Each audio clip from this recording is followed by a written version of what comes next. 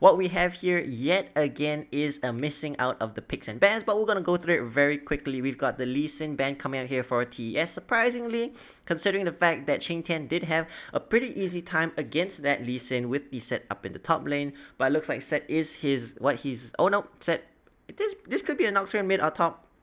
Really can't tell at this point in time. And then now looking at RNG's composition, we get Crying on the LeBlanc. You don't really pin him as the assassin type of player. He generally is the supportive roam around kind of champion. But it looks like we're going to hop right into the game.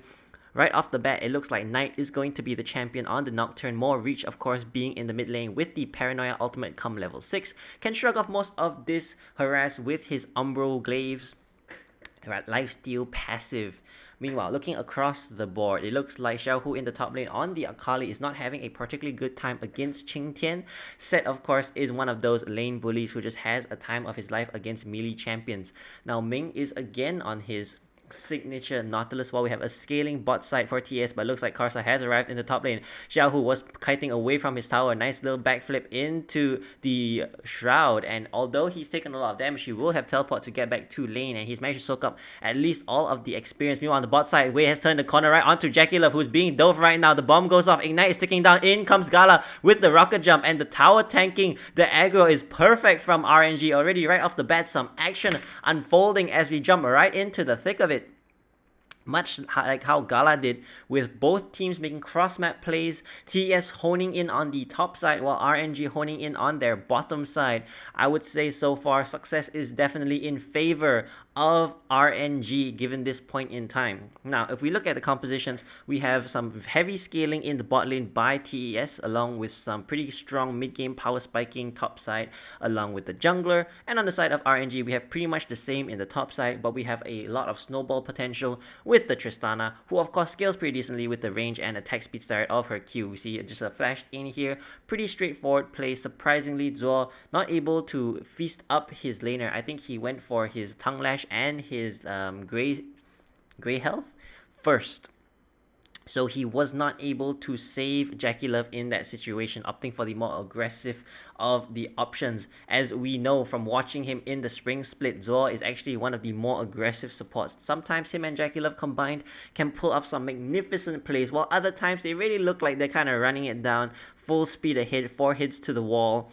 But alas, what can you say? Now, Qing Tian is taking a lot of harass here from Xiaohu in the top lane. The 5-point strike giving him ability to clear the waves as well as harass. Now, does need to be careful. Xiaohu is probably not particularly close to level 6 just yet, but come level 6, it is very easy to dodge the Haymaker damage with the Shuriken Toss, as well as the movement speed from the passive, the Twilight Shroud, as well, of course, as the perfect execution coming in.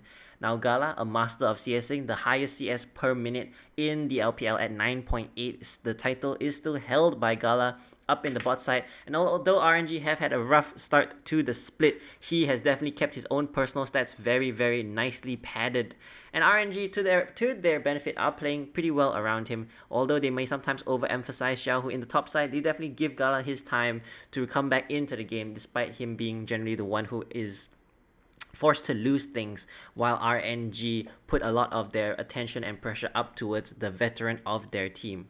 Crying in the mid lane looks like he hasn't been able to do too much, and as we head to the level 6 mark for all of the solo lanes, that is when we're going to see some more explosive action. Paranoia has just been leveled up by Knight. The range of their ability is insanely small, however, and he will have to trot past some wards in order to get any plays down towards the bottom side. There's gonna be some pretty good vision contests going on, I think, around the mid lane. That is where Knight can also look to make picks. Of course, as soon as Karsa hits level 6, the duo will be extremely dangerous. Now Karsa, I don't think he's gonna be spotted out. Now he will, of course, having been spotted out by the control ward as Wei makes his way to the top side. Qing Tian using the showstopper, but alas, is probably for naught as the Haymaker was already used. Xiaohu just trying to run away as Wei is jumping in after him. Flash for flash is blown, and Qing Tian trying his best to run away, but Wei will get on all fours and put up the paws. It doesn't look like this is going to last very long. The damage is coming in though, and Qing Tian actually nearly winning it with the Haymaker damage as well as just the base stats of the set. And somehow, in a 1v2 situation, the rookie into the LPL covering 4369 looks like he's gonna saunter out of that fight. None the wiser, I suppose, as to how aggressive he should probably go. Okay. Set is an insane champion, but I guess what's new here, I suppose, as Karsa does take out Dragon in the meantime. Bot side vision completely in the favor of TS. Triple control ward in the river area as Knight now just trying to take away whatever vision is possible. Does have the paranoia, but as we mentioned, the level 6 range is basically about 3 flashes worth of distance. It really isn't that much. He's got to practically be in lane before he can use it. Meanwhile, on the top side, Xiaohu continuously harassing Qingtian, and although Qingtian cannot really harass him back, he does have the ability to all in him as here comes round 3 of the gank as Wei now is level 5. Qingtian trying to unload onto Xiao, who actually gets him out with the haymaker as teleport is coming in. It looks like Wei is about to be taken down as well without the assistance of Knight even required. Qingtian on this set absolutely beast moding it, actually destroying Xiaohu and Wei time after time. The second 2v2, the third, was it the third gank? I think it might have been the third gank and the second 2v2 that he has opted into. But this time, not only has he managed to escape, he's managed to get 2 kills instead of none. And right now, I bet you Qingtian's feeling himself. He's feeling like, alright, I want more ganks. I'm gonna start pushing even harder into the turret now. In fact, Qingtian started that fight at about half HP, just a continuous harass from the 5-point strike. Xiaohu, I think, did not have his ultimate off of cooldown, or he was out of energy for it. And unfortunately, that was what happened. I mean, let's see what happened here. Xiaohu, after numerous bits of harass, throwing 5-point strike after 5-point strike, he just did not have any energy left to finish off Qingtian, who just uses to his benefit. He held his face breaker perfectly, and then to the end, I mean, the haymaker also positioned perfectly. Set's a simple champion, but of course execution can always leave a little bit to be desired for when it comes to Set. Is a champ. I feel like he's a champion who can get the enemy really low pretty easily, but finishing him off tends to require a little bit of panache. You know, you need to know when to use your abilities. You need to know how to step forward a little bit, weave in the steps in between the auto attacks. Now it looks like there might be a little bit of a Herald contest going on. Ming is now making his way towards the area from base. Knight still yet to use his paranoia, is now barreling towards level 11, trying to extend the range as much as possible. Looking at the amount of CC on the side of RNG, opting for the Merc Trades instead of the Ionians, and in full vision of the rest of RNG, TES are going to take this Rift Herald without fear whatsoever, I suppose. But it looks like RNG are going to give them cause for concern, because although you might have the paranoia-inducing, fear-inducing, shadow-flying Nocturne, we're going to take a 4v3, it seems, as now Xiaohu is split off from the rest of his team. RNG are kind of pincered. In goes Knight right onto Ming as he's hooked up. In comes the Moonfall from Karsa, and as to be expected, the fight goes heavily in favor of TES. They just have more members, have the better abilities to close the distances, and right now, RNG had no business trying to contest that, in my opinion. Although it might have been necessary, it wasn't even, I think, because I mean, yeah, you lose Rift Herald already, and then now you lose 2 more people. It's just things are getting worse and worse. And now Zuo is in the mid lane, not even required to be in the bot side. Might need to make his way down there soon though, because Gala probably sees himself an opening. And both Ming and Wei are heading down towards the bottom side, because that's where all the camps are, of course, respawned. We saw in the Spring Split numerous times on the Kai'Sa and on the Tristana, Gala will look for these 1v1 picks on AD carries. If not to kill them completely, then to chunk them out and allow him to chunk the tower in return. Of course, this is especially true on the Tristana, as blue buff is gifted over to Crying before our very eyes. Looking at the gold now, 1k gold lead in favor of TES at a 3-kill advantage. Most of the gold, of course, sitting very prettily on top of Qingtian in the top lane. He's going to be an absolute menace, bringing more people together with the Facebreaker, with the Showstopper, into the Moonfall coming out from Karsa, and really what will there be left of RNG come this combo? It's hard to tell. Now, RNG is not complete out of it, of course. They have drafted themselves some very nice tools in order to stay in the game. Of course, Ming could get a fantastic engage onto Karsa while also knocking up Qingtian and keeping him busy, all with one button. That depth charge does have that kind of capabilities. Now, Karsa is skulking towards the bottom side of the river. Might be looking for a dive here as Zuo, looking to take away all of the vision possible that he can. Now, RNG are playing towards this bot side completely blind. Wei is up in the top side. I don't think you want to attempt diving Qingtian. Yet again, paranoia is not yet off of cooldown as far as I can tell. So there's at least that little bit of safety allowed for RNG. Most pro players, I think, know the cooldowns of semi-global and global ultimates, as Karsa is over the wall, does not have flash available. So at this distance, it's going to be a bit hard to get onto both of them. as Zuo trying his best to tempt them forward towards the wall, and it looks like Karsa is going to step forward, wanting to try and zone off the bot lane of RNG, but they are playing a little bit greedy. But it looks like not knowing where Wei is enough of a reason for the rest of TES to decide to pull back and opt for the dragon instead. We could see a contest going down here. Qingtian does not have teleport, which means teleport advantage is in favor of Xiaohu, and this could be the game being cracked open. Xiaohu channeling his recall now, but Qingtian is making his way towards bot side on foot. Will have the teleport to get back to lane, chances are, and looks like we're about to witness a pretty explosive 5v5 going down. Only one mythic item is available on the entire game, and that is onto Qingtian. Immediate advantage in favor of TS as Zuo and now Jackie are face checking into 3 people. Zuo is just insanely blown up, almost, but the stopwatch does come in. In goes the Stormbringer, and Wei is taking exception, paranoia in as Qingtian jumps in as well. Finally, Knight decides to make his entrance, but Gala completely unhindered in the backline, is just free firing. He's finally brought into the fight as Qingtian now is eventually onto him as he flashes after the rocket jump, and Jackie Love actually was completely safe throughout the entirety of that fight. Nice triple control ward left for him as a consolation, as well as 3 kills, as now the gold is only... What the heck? Gala is still ahead in gold? What?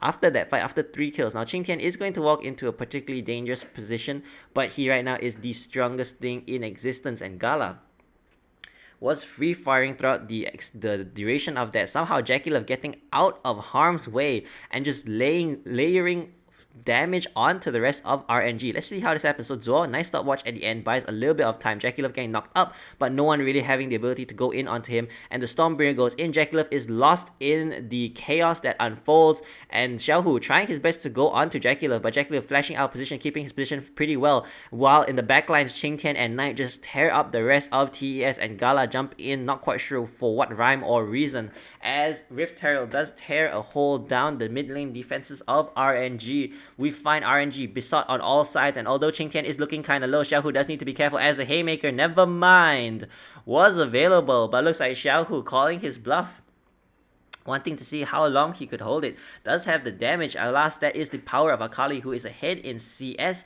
and despite being definitely down in terms of item power, is still able to solo out the set, just whittling away at his Haymaker, at him, while his Haymaker passive does go down. Now Jackie Love stepping forward aggressively. Then again, what else is new? He is one of the most aggressive AD carries in the game. That's why he's also a thrill to watch. So now we have 2 of the most... I mean, Gala isn't really super aggressive, but I like Gala's positioning is fantastic. The way he plays, his movements, phenomenal. Though he is liable to make mistakes, of course. We saw him jump into 3 people over there into range of Jackie Love's rockets.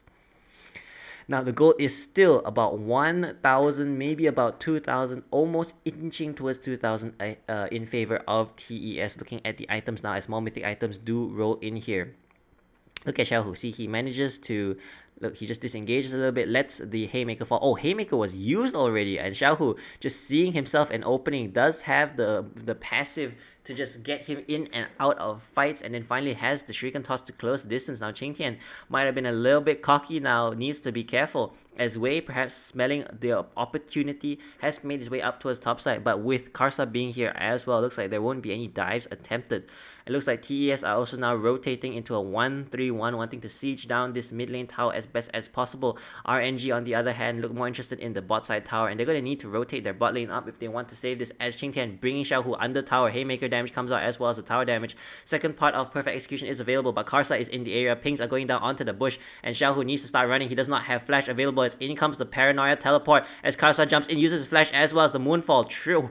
Double ultimates as well as teleport and flash was used, but meanwhile in the mid lane, RNG are losing the tower, as well as perhaps Wei's life, as the Super Mega Death Rocket was tanked by the Stormbringer. But in the bot side, Gala and Ming are getting themselves some time alone with this bot side tower, and of course Tristana is one of the most fearsome tower takers in the game. But in the mid lane, Jackie Love and Zuo are not too bad themselves. The teleports coming into the bot side to counter them. Qingtian is answering, and because of that teleport, they probably will not be able to take this, as Karsa takes Rift Herald as well, trying his darndest to try and save his tower as well, but taking a bunch of damage to the face. Wei is on the flanks, as is Gala and Ming, but they have a safe exit plan towards the top side due TES. As Rift Herald falls, it looks like we are settling down into a bit more of a chill part of the game yet again, thankfully. RNG definitely in the backseat here. Gold League grown to just beyond 2k at this point in time, with towers slightly in favor as well as kills in favor of TES. Vision wise, TES in complete control of RNG side of the map. And we're going to need RNG, of course, to first clear out those wards, prepare for the next objective, which looks to be the Dragon in 2 minutes or Baron in 3, and look to get to his item power spike. So Xiaohu needs his Riftmaker, and then maybe if he can get his Zhonya's in, that's pretty much the peak at which he will be at. 2-item Akali is the hugest threat you can have, especially to an old mobile AD carry like Jinx. But that being said, having the Thumb Kench in the ring means that assassinating him is not going to be an easy task by any extent. Qingtian is about to be forced into a 2v1 situation, but he does have Zuo and Jackie Love right above him, as well as Karsa, and of course the Umbral Passage is available. So Zway probably needs to start backing out, as he is now very deep behind enemy lines, and if he's waiting for Dragon, it's a minute and a half wait to go. Karsa and Zuo right above them. This is not going to be a good idea, as jumps onto Qingtian, but Wei not moving from his spot, realizing this is not a good idea. As in comes the ultimate from Zuo. Crying now under tower is being jumped onto by Knight, and it looks to be the end as the tether reveals immediately who the real Crying is. Rift Herald is dropped as well, and it looks like RNG just falling apart by the seams. Although they are playing through 2 lanes, Gala is going to have time in this mid lane, while Xiaohu will have time in the top side. But Qingtian is heralding the herald down towards bot side. Gala needs to be careful. No paranoia is available, as in comes the flash, tongue lash. In goes the zap, but Zway flashing out of harm's way. But Karsa with the flank, this is the end for RNG, I think, as he's looking now, gets 2 people in, Ming and Wei, absolutely eradicated as Gala is untouched, but unfortunately nothing can be done as Jackie Love flashing in after him, Buster shot him away, but Knight is in the area. Karsa with his dash as well, as the final Q comes out from the Nocturne. Meanwhile, Qingtian just having his way with this bot side tower, and it looks like Xiaohu, along with the rest of RNG, are going to be starting out the split's first 5 games at 1-4. If I had to call it based on how the game is going right now, and I gotta say, based on the team compositions, I'm very much liking TES's over RNG, and since the safety is there to heal, to like keep Jackie Love safe and to protect him from the dive coming in from RNG, and then there's nothing to protect Gala from the onslaught of TES with the Paranoia, with the Moonfall, with the Showstopper and Facebreaker combo. As now Dragon is going to go in favor of TES. RNG could potentially come in and try and stop him, but the path that they must take in order to access Dragon is extremely warded, and they have no vision themselves of the area. As Jackie Love now making his way towards what looks to be a rapid fire cannon as a second item, most likely gonna be the Infinity Edge for the third. And look at how much was used here to just try run away, and then Karsa with a beautiful flank. Beautiful. Not greeting for Gala. Very well played. Just trying to get whatever he can. Nice stopwatch coming out. Gala was beating away at him, and Xiaohu, unfortunately, try as he may, was not able to do anything to save any of his 3 teammates. Ooh, right in the back. Whew. Now Dragon is spawning in 15 seconds at a 6,000 gold lead. TES are looking kind of unstoppable at this point in time. Zhonya's coming in now for Karsa. Second items being completed as well for Jackie Love as well as Gala, who right now is farming the best out of his entire team almost in the entire game. But like we mentioned previously in the laning phase, no one can really match Gala when it comes to getting CS per minute. He's just so good at CS maximization. But alas, what can you do against this, as you are pretty much countered by their composition? You don't have the safety that Jackie Love has. You cannot step forward as aggressively. Although we've seen Gala try, and we've seen what the results have been of his attempts to try and carry his team by jumping into melee range. Now, all things considered, what do RNG have in their bucket of tricks? Again, if they can one-shot Karsa, their fights are looking pretty good. Now, the only problem is Jackie Love will be raining hell upon them from afar, and as long as Zuo is next to him, he really has all the safety that he needs. So they need to pick Karsa off in a fight and not just explode him in a team fight, because he has Zhonya's, can buy so much time for Jackie Love, because you need to keep a distance, of course. Looks like TES are aiming to take down the last outer tower available, as a rocket flies out onto Xiaohu. That does tons of damage. As the lightning comes down, Jackie Love getting tagged up a little bit. Looking at the map state, looks like mid lane is kind of neutral, being pushed towards RNG ever so slightly by the natural course of the waves. Qingtian is channeling his recall now, as it looks like TES are going to give up pressure on the map. Jackie Love actually staying with Karsa nearby. Teleport is available, of course, so Qingtian can join a fight in a moment's notice. But it looks like the fight now is going to be over vision control of RNG's top side, which TES must cede in order. 4,000 assists only? Man's been in the league for so long though. Dang. Wait, that's kind of crazy. Anyways, yeah, it looks like they're about to cede. Looks like TS cede control of the top side vision of RNG's jungle, not wanting to, of course, take too much. But in the meantime, Knight as well as Qingtian are just infesting the bottom side of RNG's jungle. So not really a win. There's not really one clear win available for the RNG given this current period of the game where things are looking so incredibly dire. Baron is up, and the damage is definitely available on the side of TES to take it down exceptionally fast, especially with Jackie Love now building towards his items. Looks like he's opted for a little bit of safety, really not wanting to give RNG any hope to get back into this game, identifying Crying and Xiaohu as being his most likely ways of attending an early grave for himself, and therefore building appropriately against it. Really, Anthema's Chain, some people have entertained the idea for their item. Of course, it's not really released yet in this current patch of Pro Play, but I don't think it'll be particularly good in this regard, because there's two of them trying to kill you. Wit's End though, I'm surprised that Jackie Love didn't opt for a Wit's End. I suppose he prefers the shield coming out of Hex Drinker as opposed to the additional attack speed, and the I think Hex Wit's End gives you a slight bit more magic resist base stats, if I am not mistaken. Now, I'm going to take a quick breath. Let's just see how everything unfolds before our very eyes. So again, RNG trying to blow up Karsa before the fight, trying to make a pick if possible, trying to force a 4v5.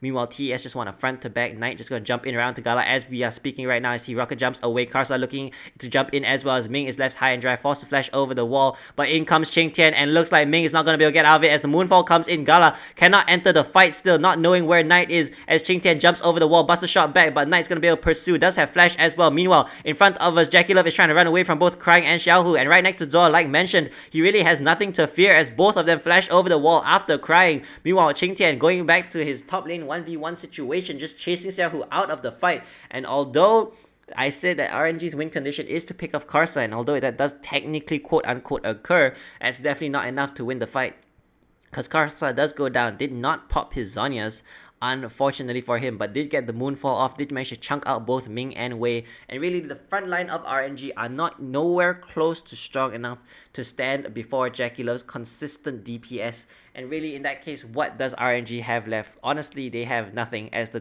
gold lead now expands closer and closer, inching towards the 10,000 gold lead. Knight jumping forward with impunity amongst three members of RNG, and Karsa just following in after him.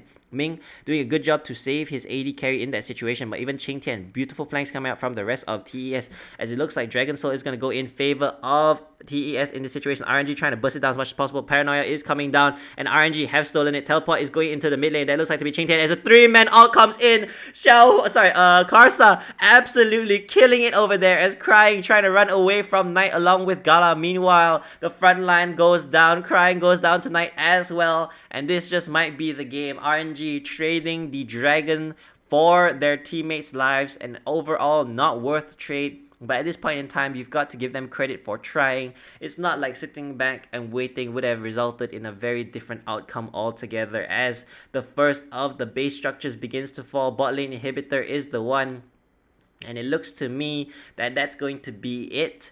Down goes Nexus turret 1 towards the bottom side, though they are running a little bit low on the minions and the death timers are not very long at this point of the game. Looks like RNG are not ready to give up the game just yet. Depth charts going down, knocking Qingtian into the air, but Jackie Love with the rapid fire cannon does have the range advantage. Wei does have Stormbringer as well. Perfect Execution has just spawned with Xiaohu, and it looks like TES opting to play this game safe. Could we see an extremely long game here? Could we see another 50 or 60 minute game between these two teams as we did in the spring split? But based on what I'm seeing here, that doesn't look to be the case, because we do not have an Azir on Crying. We do not have very much scaling available for the side of RNG as they make a Hail Mary run towards Baron buff. Chances are, if they want a chance at winning this game, they need to win a fight around here now. They need to bait something, they need to make picks, they need to start it up and burst it, which right now is not on the cards anymore, as TS have made their way back onto the map.